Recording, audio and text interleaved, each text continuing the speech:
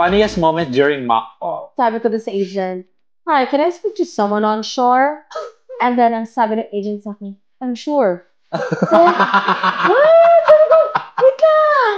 We have to stop the mock call. Sabi ko, dear, alam mo, aren't you? Favorite training activity. Whenever we're doing the popcorn role play, One word to describe a trainer's art. compassion. Worst reason ever ng trainee for being late. Masakit ang ulo ko. Nakita ko ang my day mo. Nag-inom ka kagabi. Akala mo mapablock mo ako? Hindi. Marami akong mata.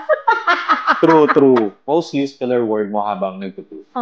Meron ka ba? May ako. Ay, oo, yun, yeah, ako. Mas gusto mo, virtual training or classroom training? Classroom training. Most random question na tinanong sa'yo by a trainee. Magkano sahod mo bilang trainer? Go-to activity mo pag tulog ang trainees. Nagpapa-icebreaker ako. Yes, kasi pag ganyang naka-slouch na yung mga agents, I'm pretty sure hindi nila na-absorb lahat ng tinuturo ko. So I have to do an icebreaker. May line ka bang sinasabi sa lahat ng batch? Favorite line? Yes. Ano? You scratch my back, I scratch yours. Anong mas madalas mawala? Siguro attention span. Mabilis kasi. Mabilis. Yes. Pet peeve mo bilang trainer? Someone is not listening to me. Training in one word. My passion. Very good.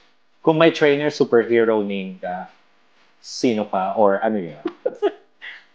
It's the Wonder Mama Jazz.